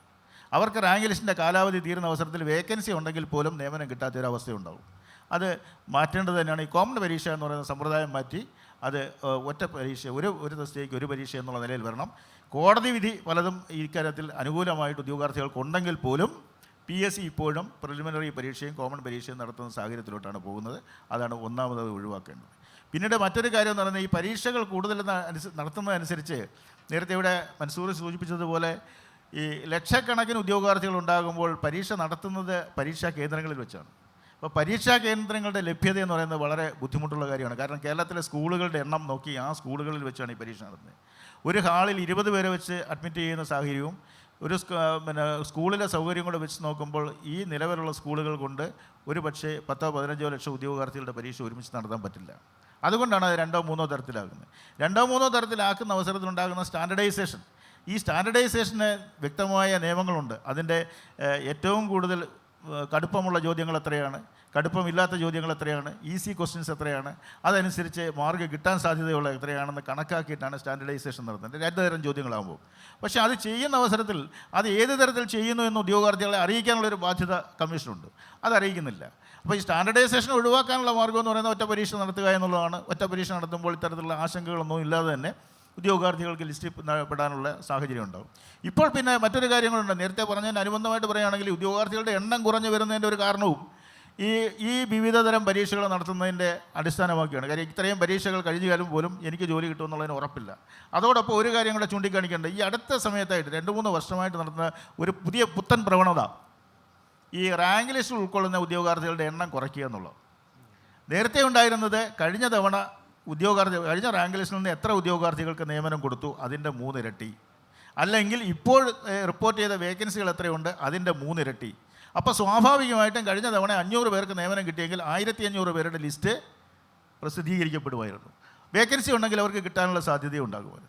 ഇതിപ്പോൾ കോമൺ പരീക്ഷ നടപ്പാക്കുകയും അതോടൊപ്പം തന്നെ ഈ ഉദ്യോഗാർത്ഥികളുടെ എണ്ണം കുറയ്ക്കുകയും ചെയ്യുമ്പോൾ കോമൺ പരീക്ഷയിൽ വരുന്ന ഉദ്യോഗാർത്ഥികൾ കോമൺ റാങ്ക് ലിസ്റ്റിനകത്ത് പല വിവിധങ്ങളായ റാങ്ക് ലിസ്റ്റുകൾ, ഒരു കോമൺ പരീക്ഷയിൽ നിന്ന് 10 റാങ്ക് ലിസ്റ്റ് ഉണ്ടാക്കിയാലും ആ 10 റാങ്ക് ലിസ്റ്റിലും ഉദ്യോഗാർത്ഥികൾ അപേക്ഷിച്ചിട്ടുണ്ടെങ്കിൽ അവർ തന്നെയായിരിക്കും 1, 2, 3 റാങ്കുകൾ വരുന്നത്. അതായത് അവർ തന്നെയായിരിക്കും ജോലി കിട്ടാൻ സാധ്യതയുള്ളത്. അങ്ങനെ വരുമ്പോൾ ഈ ഉദ്യോഗാർത്ഥികളുടെ എണ്ണവും കൂടെ റാങ്ക് ലിസ്റ്റിൽ കുറയുന്ന അവസരത്തിൽ അർഹതയുള്ളവർക്ക് ജോലി കിട്ടാനുള്ളൊരു അവസരം നഷ്ടപ്പെടും. മാത്രമല്ല ഒരു കാര്യം കൂടെ, ഈ പബ്ലിക് സർവീസ് കമ്മീഷൻ മുഖാന്തരം ജോലി കിട്ടേണ്ടവരെന്ന് പറയുന്നത് ഇടത്തരക്കാരാണ്, middle class family. Upper class അല്ല, അപ്പർ ക്ലാസ് വേറെ പോകും. അപ്പം മിഡിൽ ക്ലാസ് ഫാമിലി എന്ന് പറയുന്നത് സ്വാഭാവികമായിട്ട് അവർക്ക് കിട്ടുന്ന വിദ്യാഭ്യാസവും മറ്റ് സാമൂഹിക പശ്ചാത്തലങ്ങളും വെച്ച് അവരെപ്പോഴും റാങ്ക് ലിസ്റ്റിൻ്റെ ഒരു 200-100 റാങ്കിന് മുകളിലായിരിക്കും വരുന്നത്. അങ്ങനെയുള്ളവർക്കാണ് ജോലി നിഷേധിക്കുന്ന ഒരു സ്ഥിതിവിശേഷമുള്ളത്. അത് വളരെ ദോഷകരമായൊരവസ്ഥയാണ്. അപ്പോൾ അതും ഈ ശാസ്ത്ര കമ്പ്യൂട്ടറൈസേഷനും മറ്റത് വന്നപ്പോൾ പരീക്ഷ നടത്താനുള്ള പരീക്ഷ റിസൾട്ട് പ്രസിദ്ധീകരിക്കാനുള്ള എളുപ്പം വന്നപ്പോൾ ഇങ്ങനെയുള്ള ദുര്യോഗങ്ങളും ഉദ്യോഗാർത്ഥികൾക്ക് അനുഭവിക്കേണ്ടി വരുന്നു എന്നുള്ള ഒരു യാഥാർത്ഥ്യം കൂടിയുണ്ട്. ഉദ്യോഗാർത്ഥികൾ കൂടുന്നത് സർക്കാരിനെതിരെ സമരം നടക്കും എന്ന് പേടിച്ചിട്ടാണ് ഇപ്പോൾ കുറയ്ക്കുന്നതെന്നാണ് പൊതുവെ കേൾക്കുന്നത്. വേറൊരു വിഷയമായതുകൊണ്ട് നമ്മൾ ആ രംഗത്തേക്ക് പോകുന്നില്ല. അല്ല, അതും ഒരു യാഥാർത്ഥ്യമാണ്. ഞാൻ 3 വർഷം എന്ന് പറയാൻ കാരണം, കഴിഞ്ഞ തവണ ലാസ്റ്റ് ഗ്രേഡ് ജീവനക്കാർ സമരം നടത്തി. അവിടെ സ്റ്റാച്യൂവിൽ മാവിൻ്റെ മുകളിൽ കയറുകയും ആത്മഹത്യാ പ്രവണതയൊക്കെ ഉണ്ടാക്കുകയും ചെയ്തു. ഇലക്ഷൻ സമയത്തായതുകൊണ്ട് അത് സ്വാഭാവികമായിട്ട് രാഷ്ട്രീയ പാർട്ടികൾക്ക് വളരെ ബുദ്ധിമുട്ടുണ്ടായി. അതുകൊണ്ട് തന്നെ 1/3 പേരുടെ ലിസ്റ്റ് ഇപ്പോൾ പ്രസിദ്ധീകരിക്കുന്ന ലിസ്റ്റിൻ്റെ സ്ഥിതി ഞാൻ പറഞ്ഞില്ല, അതും കൂടെ പറയുമ്പോൾ മനസ്സിലാകും. മുമ്പ് 3 ഇരട്ടിയാണ് പ്രസിദ്ധീകരിച്ചിരുന്നതെങ്കിൽ ഇപ്പോൾ ചെയ്യുന്നത്, കഴിഞ്ഞ തവണ അഡ്വൈസ് ചെയ്ത കാൻഡിഡേറ്റ്സ് എത്ര 300 ആണെങ്കിൽ ആ 300ൻ്റെ 1/3 എടുത്ത ലിസ്റ്റാണ് ഇപ്പോൾ പബ്ലിഷ് ചെയ്യുന്നത്. ഇപ്പോൾ 1/3 ലിസ്റ്റ് ആകുമ്പോൾ ഉദ്യോഗാർത്ഥികൾക്ക് റാങ്ക് ലിസ്റ്റിൻ്റെ കാലാവധി കുറച്ച് 1 വർഷത്തിൽ ഒരു റാങ്ക് ലിസ്റ്റ് വരുമെന്ന് പറഞ്ഞാലും പ്രായോഗികമായിട്ട് റാങ്ക് ലിസ്റ്റ് വരുമ്പോൾ 3-4 വർഷം കഴിയും. അപ്പോൾ ഈ ഉദ്യോഗാർത്ഥികളുടെ എണ്ണമില്ലാത്തത് കൊണ്ടാണ് പല ലിസ്റ്റുകളെ എക്സോസ്റ്റ് ചെയ്തു പോകുന്ന സ്ഥിതിവിശേഷം ഉണ്ടാകും. നേരത്തെ ഉണ്ടായിരുന്ന 300 പേരെ അഡ്വൈസ് ചെയ്ത സ്ഥാനത്ത് 100 പേരെ ലിസ്റ്റിൽ ഉൾക്കൊള്ളിച്ച് കഴിഞ്ഞാൽ സ്വാഭാവികമായിട്ടും ആ ഉദ്യോഗാർത്ഥികൾ അതിനെ പൂർണ്ണമായിട്ടും ആ നിയമനത്തിന് തികയാതെ വരുന്നൊരു സാഹചര്യം ഉണ്ടാകുകയും റാങ്ക് ലിസ്റ്റ് മൊത്തം എക്സോസ്റ്റ് ചെയ്തു പോവുകയും അർഹതപ്പെട്ട അനവധി ഉദ്യോഗാർത്ഥികൾ റാങ്ക് ലിസ്റ്റിന് പുറത്താകുകയും അവർക്ക് PSCയിലുള്ള വിശ്വാസം നഷ്ടപ്പെടുകയും ചെയ്യുന്നൊരു സ്ഥിതിവിശേഷം ഉണ്ടാകും. ഇനി നമ്മുടെ ഈ സാങ്കേതിക വിദ്യയുടെ മെച്ചം അനുഭവിച്ച ഒരാളായിരിക്കും ആര്യാദേവി എന്നാണ് തോന്നുന്നത്. അപ്പോൾ ആര്യയെക്കുറിച്ച് അതിനെക്കുറിച്ച് വളരെ ചുരുക്കി പറയാം. നമ്മുടെ സമയം കുറച്ച് പകുതി കൂടുതലായി, ഇനി ഒരുപാട് വിഷയം PSCക്ക് കിടക്കുകയാണ്. തീർച്ചയായും സാങ്കേതിക വിദ്യയുടെ ഗുണബലം അനുഭവിച്ചിട്ടുണ്ട്. കാരണം ഒരു പ്രൊഫൈലിലൂടെ ഏതൊക്കെ തസ്തികകളിൽ വിജ്ഞാപനം പുറപ്പെടുവിച്ചിട്ടുണ്ട് എന്നറിയാൻ കഴിയും, ഏതൊക്കെ പരീക്ഷകൾക്ക് ഞാൻ എലിജിബിൾ ആണ് എന്നെനിക്ക് നോക്കാൻ കഴിയും, എനിക്ക് അപ്ലൈ ചെയ്യാൻ കഴിയും. ഇതൊക്കെ ഒരു സ്മാർട്ട് ഫോൺ ഉണ്ടെങ്കിൽ, നെറ്റും ഉണ്ടെങ്കിൽ വളരെ അനായാസം സാധിക്കും എന്നുള്ളത് വളരെയധികം ഉപകാരപ്പെട്ടിട്ടുണ്ട്. പരീക്ഷകൾ തിരഞ്ഞെടുക്കുന്നതിനും കൃത്യസമയത്ത് അതിൻ്റെ അവസാന തീയതിക്ക് മുന്നേ അത് കൃത്യമായിട്ട് അപ്ലൈ ചെയ്യുന്നതിനുമൊക്കെ സഹായിച്ചിട്ടുണ്ട്. പിന്നെ എനിക്ക് തോന്നുന്നു ഇത്രയും സാങ്കേതിക വിദ്യകളൊക്കെ ഒരുപാട് ഉപയോഗപ്പെടുത്തുന്നുണ്ടെങ്കിൽ കൂടിയും ഓൺലൈൻ എക്സാം ഇപ്പോഴും കുറവാണ്. അതായത് ചില തസ്തികകൾക്ക് ചില പരീക്ഷകൾ മാത്രമാണ് അങ്ങനെ നടത്തി വരുന്നത്. എനിക്ക് തോന്നുന്നു മറ്റ് പരീക്ഷകൾ, ഇപ്പം SSC അടക്കമുള്ള വേറെ പരീക്ഷകൾ, റെയിൽവേ അടക്കമുള്ള പരീക്ഷകളൊക്കെ നോക്കിക്കഴിഞ്ഞാൽ ഇങ്ങനെ ഓൺലൈൻ എക്സാം നടത്തുന്നത് മൂലം വളരെ പെട്ടെന്ന് തന്നെ അവർക്ക് റിസൾട്ട് പബ്ലിഷ് ചെയ്യാനും വളരെ പെട്ടെന്ന് തന്നെ ആ ഒരു പ്രോസസ്സ് കുറച്ചുകൂടി സ്മൂത്ത് ആക്കാനായിട്ട് സാധിക്കുന്നുണ്ട്. അത് എനിക്ക് തോന്നുന്നു കാലക്രമേണ അത് PSCയും ആ രീതിയിലേക്ക് വരുമായിരിക്കാം. അങ്ങനെയാണെങ്കിൽ ഈ ഒരു താമസം എനിക്കൊന്ന് കുറച്ച് ഇപ്പോൾ നടത്തുന്ന ഉദ്യോഗാർത്ഥികളുടെ എണ്ണം കൂടുതലുള്ളത് കൊണ്ടുള്ള ഒരു താമസം കൂടി ആയിരിക്കാം. അപ്പോൾ അത് കുറച്ചുകൂടി വളരെ ആ ഒരു പ്രോസസ്സ് സ്മൂത്തായി ഉദ്യോഗാർത്ഥികളെ കുറച്ചുകൂടി ഒന്ന് കരുതാനും അവർക്ക് കുറച്ചുകൂടി എളുപ്പത്തിൽ റിസൾട്ടും ജോലി സാധ്യതയെക്കുറിച്ചുള്ള ഒരു ബോധവും നൽകാനും കഴിയും എന്നാണ് തോന്നുന്നത്. ഇതുമായി ബന്ധപ്പെട്ട തന്നെ ഈ നേരത്തെ പറഞ്ഞതാണ് മൻസൂർ. അതായത് നമ്മൾ ഈ 2 ഘട്ട പരീക്ഷാ പരിഷ്കാരം ഇപ്പം നടപ്പാക്കി. അപ്പോൾ അത് ചില തസ്തികകൾക്ക് അത് ആവശ്യമല്ലേ. ഇപ്പോൾ ഉയർന്ന തസ്തികകൾക്ക് 2 ഘട്ട പരീക്ഷ ആദ്യം ഒരു പ്രിലിമിനറി OMR ആയിട്ടും 2ാം ഘട്ടം ഒരു വിവരണാത്മകമായിട്ടും നടത്തുന്നതുകൊണ്ട് കുഴപ്പമില്ല എന്നാണ് എനിക്ക് തോന്നുന്നത്. പക്ഷേ അതിൻ്റെ പേരിൽ ലാസ്റ്റ് ഗ്രേഡ് സർവൻ്റ് തസ്തികയ്ക്കും 2 ഘട്ട പരീക്ഷ, ഒരു പിയൂണിൻ്റെ ജോലി കിട്ടാൻ ഒരാൾ 2 തവണ പരീക്ഷ എഴുതിയൊക്കെ അദ്ദേഹത്തിൻ്റെ കഴിവ് തെളിയിക്കേണ്ട ആവശ്യമുണ്ടോയെന്ന്. ഇപ്പോൾ ഈ സാധാരണ വേരിയസിൻ്റെ LGSന് 2 ഘട്ടം മാറ്റിയെങ്കിലും സെക്രട്ടേറിയറ്റ് അറ്റൻഡൻറ്റിന് ഇപ്പോഴും 2 ഘട്ടമാണ് PSC പ്രഖ്യാപിച്ചത്. അതിനെക്കുറിച്ച് എന്താ അഭിപ്രായം? അതിപ്പം ഖാദി ബോർഡിൻ്റെ LDC ആണെങ്കിലും ഇപ്പോഴും പ്രിലിംസും മെയിൻസും ഉണ്ട്. പക്ഷേ ഈ 2 ഘട്ടം നടപ്പിലാക്കുമ്പോൾ 2ഉം ഒബ്ജക്റ്റീവ് ടൈപ്പ് തന്നെയാണെന്നുള്ളതാണ്. PSCക്ക് അത്ര വാശി ഉണ്ടെങ്കിൽ ഒരേ ക്വസ്റ്റ്യൻ പേപ്പറിൽ തന്നെ സ്റ്റേറ്റ്മെൻറ്റും മാച്ച് ദ ഫോളോയിങ് എല്ലാം ഉൾപ്പെടുത്തി ആദ്യം നടത്തുന്ന പരീക്ഷ തന്നെ എന്ത് ചെയ്യാം, കുറച്ച് സ്റ്റാൻഡേർഡ് ആയിട്ട് തന്നെ നടത്തിയാൽ മതി. ഇത് വെറുതെ 2 പ്രാവശ്യമായിട്ട് 2 കാലങ്ങളായിട്ട് നടത്തി പഴയതിനേക്കാൾ കൂടുതൽ വലിച്ചു നീളുന്ന ഒരു പ്രവണതയാണ് എന്ത് ചെയ്യുന്നത് ഈ തരത്തിൽ നടത്തുമ്പോൾ ഉണ്ടാകുന്നത്. ഇപ്പോൾ വിവരണാത്മകം എന്ന് പറയുന്നത്, വിവരണാത്മകം നമുക്കൊക്കെ അറിയാം, അത് നോക്കുന്ന ആളുടെ മനസ്ഥിതിയും അതേപോലെ തന്നെ ആ പോയിന്റുകളൊക്കെ അതേപടി വന്നാൽ മാത്രമേ ആൻസർ കിട്ടുള്ളൂ എന്നുള്ളതുകൊണ്ട് വിവരണാത്മകത്തിന് നമ്മൾ ഒരിക്കലും എന്ത് ചെയ്യുന്നില്ല, പിന്തുണയ്ക്കുന്നില്ല. കാരണം ഇതാവുമ്പോൾ OMR ആണ്. OMRൽ പ്രത്യേകിച്ച് വേറെ സ്വാധീനം ചെലുത്താനോ അല്ലെങ്കിൽ ആ ലെവലിലേക്ക് പിടിപാടുണ്ടാക്കാനോ ഒന്നും OMRൽ നടക്കില്ല. അതിൽ പക്ക ആ ബബിൾ ചെയ്തിട്ടുണ്ടെങ്കിൽ ആ ബബിൾ ചെയ്തത് കറക്റ്റാണ് എന്നുള്ളത് നമുക്കറിയാൻ പറ്റും. അപ്പോൾ നടത്തുന്ന പരീക്ഷ ഒറ്റഘട്ടമാക്കിയിട്ട് അതിൽ തന്നെ ഈ പറയുന്ന ലെവലിലുള്ള സ്റ്റാൻഡേർഡ് ആക്കിയിട്ട് നടത്തിക്കോട്ടെ. പിന്നെ നേരത്തെ സാറ് സൂചിപ്പിച്ചൊരു കാര്യം എന്ന് പറയുന്നത് ലിസ്റ്റുകൾ വെട്ടിച്ചുരുക്കുന്നു. ലിസ്റ്റുകൾ വെട്ടിച്ചുരുക്കുന്നതിനോട് നമുക്ക് എന്ത് ചെയ്യുന്നില്ല, ആളെ എണ്ണം കുറയ്ക്കുന്നതിനോട് നമുക്ക് യാതൊരു എതിർപ്പില്ല. പക്ഷേ ആ കുറച്ച് ഇട്ട എണ്ണത്തിലെ ഭൂരിഭാഗം പേർക്കെങ്കിലും നിയമനം കൊടുത്തിട്ട് വേണം അടുത്ത പരീക്ഷയും അടുത്ത നോട്ടിഫിക്കേഷനും ഒക്കെ വിളിക്കാൻ. കാരണം എന്താ വെച്ചാൽ ഇപ്പോൾ CPOൻ്റെ ലിസ്റ്റിൽ 13,000 പേരുണ്ട്. ആകെ 21% പേർക്കാണ് ആകെ നിയമനം കൊടുത്തത്. അതിനു മുമ്പേ എന്ത് ചെയ്തു, ആ ലിസ്റ്റ് തീരുന്നതിന് മുന്നേ അടുത്ത റാങ്ക് ലിസ്റ്റും വന്നു, അടുത്ത പരീക്ഷയുടെ നോട്ടിഫിക്കേഷനും വന്നു. എന്തിനാണ് ഇത്ര തത്രപ്പാട്? വെറുതെ എക്സാം കാണിച്ച് ഇങ്ങനെ പ്രഹസനം നടത്തി കൊണ്ടുപോയാൽ പോരല്ലോ. ഇതിൽ ലിസ്റ്റിൽ വരുന്നവരെന്ന് പറയുന്നത് കാലങ്ങളോളം ഇതിൻ്റെ ആരും അത്രത്തോളം ഫിനാൻഷ്യലി പെർഫെക്റ്റ് ആയിട്ടൊന്നുമല്ല, PSCയോടുള്ള ഇഷ്ടം കൊണ്ടൊന്നല്ല വരുന്നത്.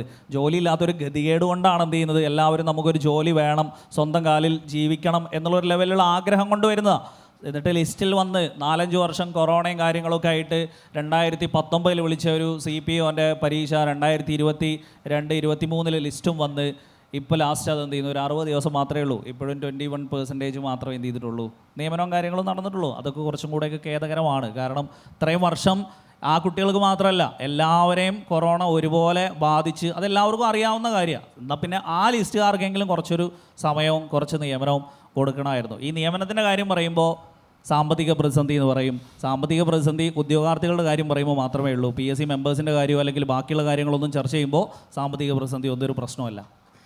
ഈ OMR സംബന്ധിച്ച് ഇപ്പം മൻസൂർ പറഞ്ഞതിനോട് ഒരു എതിരഭിപ്രായം ഉള്ളത്, നമ്മൾ ഈ സെക്രട്ടേറിയറ്റ് അസിസ്റ്റൻ്റ് തസ്തികയ്ക്കും OMR മുമ്പ് ഒരു തവണ മാത്രമേ വിവരണാത്മക OMR നടത്തി. ഇപ്പോൾ സെക്രട്ടേറിയറ്റിൽ നിന്ന് തന്നെ ഒരുപാട് പേര് അതൊരു പരാതിയായിട്ട് പറഞ്ഞ് ഈ തിരഞ്ഞെടുക്കപ്പെട്ട് വരുന്നവരൊക്കെ ഒരു ഫയൽ എഴുതാനോ സ്വന്തമായി ഒരു സെൻറ്റൻസ് എഴുതാനോ പറ്റുന്നില്ല എന്നുള്ളൊരു പരാതി കേട്ടിരുന്നു. അതുപോലെ അധ്യാപക തസ്തികകൾ അവരിലുമൊക്കെ OMR വെച്ച് അവരെ തിരഞ്ഞെടുത്താൽ അത് എത്രത്തോളം ന്യായമുണ്ട്? അതിൻ്റെ അകത്ത് ഒരു എന്തെങ്കിലും അസ്വാഭാവികത തോന്നുന്നുണ്ടോ സാർ? അല്ല, PSC പരീക്ഷകൾ ഞാൻ നേരത്തെ സൂചിപ്പിച്ചതുപോലെ അത് ഇത് നമ്മുടെ യോഗ്യതയുടെ നിലവാരം അളക്കുകയല്ല, എലിമിനേഷൻ ടെസ്റ്റാണ്. ക്രമാതീതമായ ഉദ്യോഗാർത്ഥികൾ ഉണ്ടാകുമ്പോൾ കുറച്ച് പേരെ നമുക്ക് ഒഴിവാക്കാനുള്ളൊരു മാർഗ്ഗമാണ് PSC പരീക്ഷ.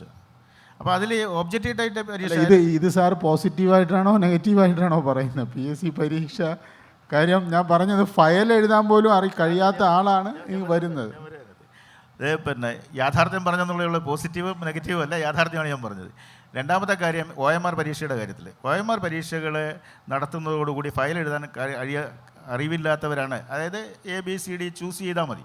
ആ ചൂസ് ചെയ്യുന്നുണ്ടെങ്കിൽ നമുക്ക് കയ്യക്ഷരം പോലും മനസ്സിലാകുന്നില്ല. ഒരു കാലത്ത് കയ്യക്ഷരത്തിന് വല്ല മാർക്ക് കൊടുത്തിരുന്ന ഒരു കാലഘട്ടം ഉണ്ടായിരുന്നു സെലക്ഷൻ പ്രക്രിയയിൽ. പക്ഷേ 2 പരീക്ഷകൾ നടത്തുന്നതിന് പകരം ഈ OMR പരീക്ഷയോടൊപ്പം തന്നെ ഒരു 20-25 മാർക്കിന് ഡിസ്ക്രിപ്റ്റീവ് പരീക്ഷയും കൂടെ അതോടൊപ്പം നടത്തി 2 സെഷനായിട്ട് നടത്തിയാൽ ഒറ്റ പരീക്ഷ കൊണ്ട് തന്നെ കാര്യം നടത്തിയിരുന്നതേ ഉള്ളൂ. രണ്ടാമതൊരു പരീക്ഷയുടെ ആവശ്യമില്ല. അതിന് പകരം ആദ്യം OMR പരീക്ഷ നടത്തുകയും പരീക്ഷയിൽ പങ്കെടുത്തവരെ ഉൾക്കൊള്ളിച്ചുകൊണ്ട് കുറച്ച് പേരുടെ ലിസ്റ്റ്, ഞാനത് നേരത്തെ സൂചിപ്പിച്ചു, ഏത് തരത്തിലാണ് ആ ലിസ്റ്റ് പ്രിപ്പയർ ചെയ്യുന്നതെന്നുള്ളത് ഉദ്യോഗാർത്ഥിക്ക് വളരെ സംശയമുണ്ട്. കുറച്ച് പേര് ഉൾക്കൊള്ളിട്ടുണ്ട്. ആ ഉൾക്കൊണ്ട ലിസ്റ്റ് പ്രസിദ്ധീകരിക്കുന്നു, രണ്ടാമതൊരു പരീക്ഷ നടത്തുന്നു, രണ്ടാമത്തെ പരീക്ഷയുടെ മാർക്ക് എടുക്കുന്നു, ആദ്യത്തെ പരീക്ഷയുടെ മാർക്ക് കളയുന്നു. ഇങ്ങനെ വരുമ്പോൾ സംഭവിക്കുന്ന ഒരു കാര്യമുണ്ട്, എൻ്റെ അനുഭവത്തിൽ വന്നതാണ്. ഒന്നാമത്തെ പരീക്ഷയ്ക്ക് ഏറ്റവും ഉയർന്ന മാർക്ക് വാങ്ങി രണ്ടാമത്തെ പരീക്ഷ എഴുതിയ ആൾ ആ രണ്ടാമത്തെ പരീക്ഷയുടെ കഴിഞ്ഞ് വന്ന ലിസ്റ്റിനകത്തില്ല. അതൊരു സംവരണം ഇല്ലാത്ത ഒരു ഉദ്യോഗാർത്ഥിയായിരുന്നു. അയാൾ ആദ്യത്തെ പരീക്ഷയ്ക്കകത്ത് ഏറ്റവും ടോപ്പ് മാർക്ക് വാങ്ങി. പക്ഷേ രണ്ടാമത്തെ പരീക്ഷ വന്നപ്പോൾ അയാൾക്കൊന്നും നന്നായിട്ട് പെർഫോം ചെയ്യാൻ പറ്റിയില്ല. അതുകൊണ്ട് ലിസ്റ്റിനകത്തെ അയാൾ ഉൾക്കൊള്ളിട്ടില്ല. ഈ ഒരു ദുരവസ്ഥ എന്ന് പറയുന്നത് വളരെ ഉദ്യോഗാർത്ഥികളുടെ ഇടയിൽ വളരെ വിഷമമുണ്ടാക്കുന്ന കാര്യമാണ്. അപ്പോൾ അതുകൊണ്ട് തന്നെ 2 പരീക്ഷകളുടെ ആവശ്യമില്ല. 2-3 പരീക്ഷകളുടെ എണ്ണം കൂട്ടി ഉദ്യോഗാർത്ഥികളെ വലയ്ക്കുന്നതിന് പകരം ഒറ്റ പരീക്ഷ തന്നെ നടത്തി ആ പരീക്ഷയ്ക്കകത്ത് നിന്ന് ഉദ്യോഗാർത്ഥികളെ തിരഞ്ഞെടുക്കുന്നതായിരിക്കും. അത്തരം പരീക്ഷകളും PSC നടത്തുന്നുണ്ട്. ഇപ്പോൾ ഫോറസ്റ്റർ ടെസ്റ്റ് നടത്തും. ഫോറസ്റ്റർ ടെസ്റ്റിൻ്റെ നോട്ടിഫിക്കേഷനും പരീക്ഷയെല്ലാം കൂടെ 3 മാസത്തിനകത്താണ് സെലക്ഷൻ പ്രക്രിയ പൂർത്തിയാക്കി കൊടുക്കുന്നത്. 3 മാസം. അതിനകത്ത് പല പേപ്പറുകളുണ്ട്. ആ പേപ്പറുകളുടെ എല്ലാം പരീക്ഷ മാർക്ക് നോക്കിയിട്ടാണ് റിസൾട്ട് പബ്ലിഷ് ചെയ്യുന്നത്. അതുപോലെ ഡിവിഷണൽ അക്കൗണ്ടൻറ്റ് എന്ന് പറയുന്നത് തസ്തിക ഗ്രാജുവേറ്റ്സ് ആയിട്ടുള്ള ആൾക്കാർക്ക് ഇൻ്റർവ്യൂ ഇല്ലാതെ ഗസറ്റഡ് പോസ്റ്റിലേക്ക് നിയമനം കിട്ടുന്ന തസ്തിക. ആ തസ്തികയ്ക്കകത്തും 3 പേപ്പറുണ്ട്. ആ 3 പേപ്പറിലും മിനിമം മാർക്ക് കിട്ടുകയാണെങ്കിൽ 40% മാർക്കാണ് കിട്ടുന്നത്. 40% മാർക്ക് കിട്ടുകയാണെങ്കിൽ അവർ ലിസ്റ്റ് ഉൾപ്പെടും. അവർക്ക് ജോലി കിട്ടുകയും ചെയ്യും. കാരണം അങ്ങനെ 3 സബ്ജക്റ്റിനും കൂടെ മാർക്ക് വാങ്ങുന്നവരുടെ എണ്ണം കുറവായിരിക്കും. അതുകൊണ്ട് PSC തന്നെ അത്തരം കാര്യങ്ങൾ ചെയ്യുന്നുണ്ട്. ഒരു ഭാഗത്ത് നല്ല കാര്യങ്ങൾ ചെയ്യുമ്പോൾ മറുഭാഗത്ത് ഈ രീതിയിൽ ബുദ്ധിമുട്ടുണ്ടാക്കുന്ന ഉദ്യോഗാർത്ഥികൾ പ്രയാസകരമായിട്ടുള്ള ഒരുപാട് കാര്യങ്ങൾ ചെയ്യുന്നുണ്ട് എന്നുള്ളതാണ് യാഥാർത്ഥ്യം. ആര്യയ്ക്ക് ഈ HSA പരീക്ഷയ്ക്ക് റാങ്ക് വാങ്ങിച്ച ആളാണ് ആര്യ, ഫസ്റ്റ് റാങ്കാണ് അല്ലേ? അപ്പോൾ ആ HSA ഈ അധ്യാപക പരീക്ഷകളും ഇങ്ങനെ OMR വഴി തന്നെ നടത്തിയാൽ മതി എന്നാണോ അഭിപ്രായം? നിലവിൽ PSC ഇപ്പോൾ പരീക്ഷ പരിഷ്കരിച്ചിരുന്നു. കാരണം കേവലം 4 ഓപ്ഷനിൽ നിന്ന് എഴുതുക എന്നുള്ളതിനേക്കാൾ കുറച്ചുകൂടി ഒന്ന് വിശകലനാത്മകമായിട്ട് പരിശോധിച്ച് ഉത്തരത്തിൽ എത്തിച്ചേരുക. അതായത് നമ്മൾ നെറ്റ് സെറ്റ് എക്സാംസ് ഒക്കെ ചെയ്യുന്നത് പോലെ തന്നെ കുറച്ചുകൂടി ആ വിഷയത്തെക്കുറിച്ച് അറിഞ്ഞാൽ മാത്രം, ആ വിഷയത്തെക്കുറിച്ച് ആഴത്തിൽ അറിഞ്ഞാൽ മാത്രം ഉത്തരത്തിൽ ചേരാൻ പറ്റുന്ന തരത്തിലുള്ള ചോദ്യങ്ങളും ഇത്തവണ ക്വസ്റ്റ്യൻ പേപ്പറിൽ ഉൾക്കൊള്ളിച്ചിരുന്നു. അപ്പോൾ അത്തരത്തിൽ ഉൾക്കൊള്ളിക്കുന്നത് തീർച്ചയായിട്ടും അങ്ങനെ തിരഞ്ഞെടുത്ത് വരുന്നവർക്ക് ആ ഒരു വിഷയത്തെക്കുറിച്ചും അല്ലെങ്കിൽ അവർ കൈകാര്യം ചെയ്യാൻ പോകുന്ന വിഷയത്തെക്കുറിച്ചുള്ള ധാരണ തീർച്ചയായും ഉണ്ടാവും. പിന്നെ ടീച്ചിങ് പോസ്റ്റിനെ സംബന്ധിച്ചിടത്തോളം എനിക്ക് തോന്നുന്നു ഇൻ്റർവ്യൂവിന് വളരെ വലിയൊരു റോളുണ്ട്. കാരണം നമ്മൾ കുട്ടികളുമായിട്ട് കമ്മ്യൂണിക്കേറ്റ് ചെയ്യുന്നത് എങ്ങനെ, അവർ കമ്മ്യൂണിക്കേഷൻ സ്കില്ല് കൂടിയാണല്ലോ ഏറ്റവും കൂടുതൽ ആവശ്യം. അതുകൊണ്ട് ഇവിടെ ഇൻ്റർവ്യൂവിന് വലിയൊരു റോളുണ്ട്. അതിൽ നമ്മൾ എത്രത്തോളം കോൺഫിഡൻ്റ് ആയിട്ട് നമുക്ക് പെർഫോം ചെയ്യാൻ കഴിയുന്നു എന്നുള്ളതും കൂടി വിലയിരുത്തുന്നുണ്ട്. അപ്പോൾ അങ്ങനെ നോക്കുമ്പോൾ ആ ഒരു എക്സാം രീതി ഓക്കെയാണ് എന്നാണ് എനിക്ക് തോന്നുന്നത്. ഈ ആര്യ പറഞ്ഞത് തന്നെയാണ് ഞാൻ മൻസൂറിനോട് ചോദിക്കാൻ വന്നത്. നമ്മുടെ മാറിയ ചോദ്യഘടന PSCയുടെ ഇപ്പോൾ സമീപകാലത്ത് മാറിയല്ലോ, അതെങ്ങനെയാണ് മൻസൂർ വിലയിരുത്തുന്നത്? അത് പോസിറ്റീവായിട്ടാണോ അത് ദോഷമാണോ?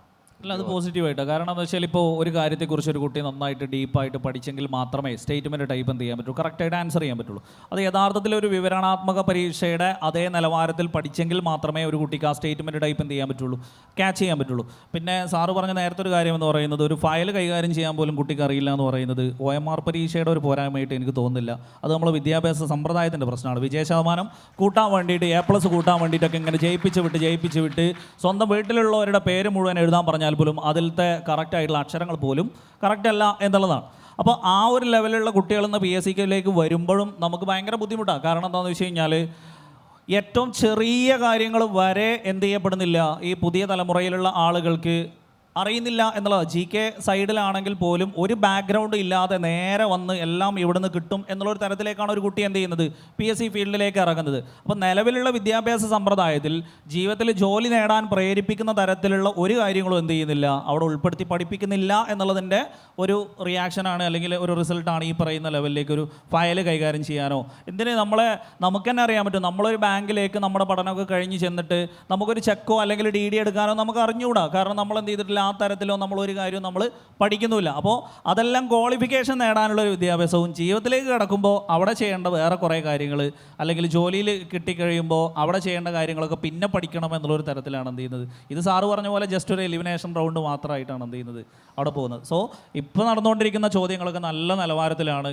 മാച്ച് ദ ഫോളോയിങ് ആണെങ്കിലും അതേപോലെ തന്നെ കൂട്ടത്തിൽ പെടാത്തതൊക്കെ ആണെങ്കിലും അവിടെ കറക്റ്റായിട്ട് ഉണ്ടോ ഇല്ലയോ എന്നുള്ളത് കറക്റ്റായിട്ട് അറിഞ്ഞെങ്കിൽ മാത്രമേ എന്ത് ചെയ്യാൻ പറ്റുള്ളൂ, അത് കറക്റ്റായിട്ട് അവിടെ അറിയാൻ പറ്റുള്ളൂ. ഇപ്പോൾ കഴിഞ്ഞ ഒരു HSA സോഷ്യൽ സയൻസിൻ്റെ ക്വസ്റ്റ്യൻ പേപ്പറിൽ ഒരു സ്റ്റേറ്റ്മെൻറ്റ് കൊടുത്തിരിക്കുന്നത് 1902 സ്വാമി വിവേകാനന്ദൻ രോഗത്താൽ മരണപ്പെട്ടു എന്നാണ്. അപ്പോൾ ആ സ്റ്റേറ്റ്മെൻറ്റ് പുള്ളി മരണപ്പെട്ടത് രോഗത്താലാണോ അതോ വെറുതെ മരിച്ചതാണോ എന്നറിയാത്തവൻ എന്ത് ചെയ്യാൻ പറ്റില്ല, ആ സ്റ്റേറ്റ്മെൻറ്റ് കറക്റ്റ് ആണോ അല്ലേ എന്നുള്ളത് ഒരിക്കലും തിരിച്ചറിയാൻ കഴിയില്ല. അപ്പോൾ ഒരു ഒബ്ജക്റ്റീവ് ടൈപ്പ് എന്നതിനേക്കാൾ കൂടുതൽ ആ ഒരു ഏരിയനെ കുറിച്ച് നന്നായിട്ട് ഡീപ്പായിട്ട് നോളജ് ഉണ്ടെങ്കിൽ തന്നെ ഇപ്പോഴത്തെ PSC രക്ഷപ്പെടുള്ളൂ. അപ്പോൾ അത് ഒരു വിവരണാത്മകം കൊണ്ടുവരുന്നതിനേക്കാൾ നല്ലത് ഈ ഒരു ലെവലുള്ള പരീക്ഷ. അതായത് പണ്ടത്തെ പോലല്ല. പണ്ട് PSC പരീക്ഷയ്ക്ക് എനിക്കും മുമ്പുള്ള ആൾക്കാരിങ്ങ് പരിശീലനത്തിന്, ഇപ്പോൾ പക്ഷേ ഒരു പരിശീലന സ്ഥാപനത്തിൽ പോയി പഠിക്കുകയും അല്ലെങ്കിൽ എന്തെങ്കിലും മാതൃഭൂമി തൊഴിൽ വാർത്തയോ അങ്ങനെ എന്തെങ്കിലും ഒരു തൊഴിൽ പ്രസിദ്ധീകരണം സ്ഥിരമായി വായിച്ച് പരിശീലിക്കുകയും ചെയ്താൽ മാത്രമേ, അതും 3-4 വർഷമൊക്കെ ചിലർ ഇതിനു വേണ്ടി മാത്രം കഷ്ടപ്പെട്ട് അങ്ങനെയുള്ളവർക്ക് മാത്രമേ ഇപ്പോൾ PSC പരീക്ഷയിൽ മുന്നിലെത്താൻ പറ്റുന്നുള്ളൂ. അതൊരു സത്യമാണ്. ആ പരീക്ഷാ രീതി ഒരുപക്ഷെ ചിലപ്പോൾ ഭാവിയിൽ പുതിയ നല്ല നല്ല ഉദ്യോഗസ്ഥരെ ആയിരിക്കും നമുക്ക് തരുന്നതെന്ന് പ്രതീക്ഷിക്കാം.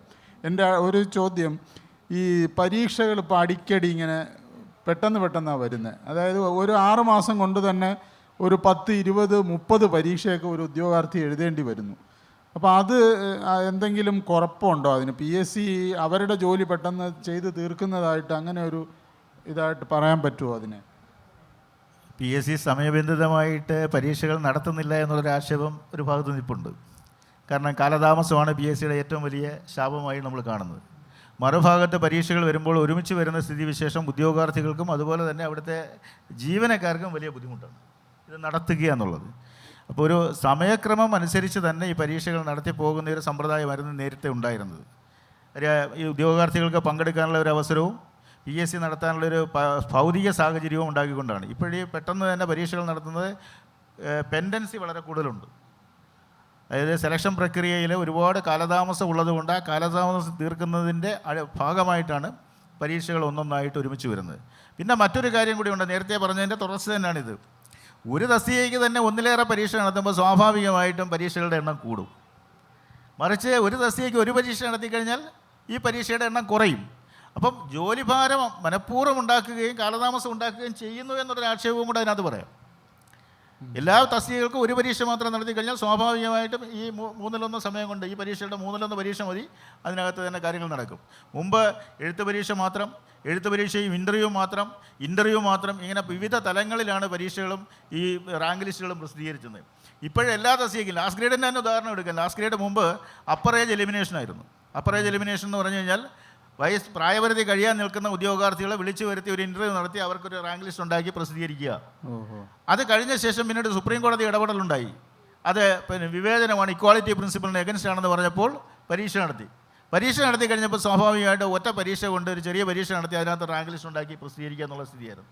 ഇപ്പോൾ വീണ്ടും ഈ 10ാം ക്ലാസ് തോറ്റവരുടെ ഒരു കോമൺ പരീക്ഷ, പിന്നീട് ഒരു മെയിൻ പരീക്ഷ എന്ന് പറയുമ്പോൾ വീണ്ടും 2 പരീക്ഷയാണ് അവർക്ക് വരുന്നത്. അപ്പോൾ ഇതൊക്കെ ഒഴിവാക്കാവുന്നതേ ഉള്ളൂ. ഈ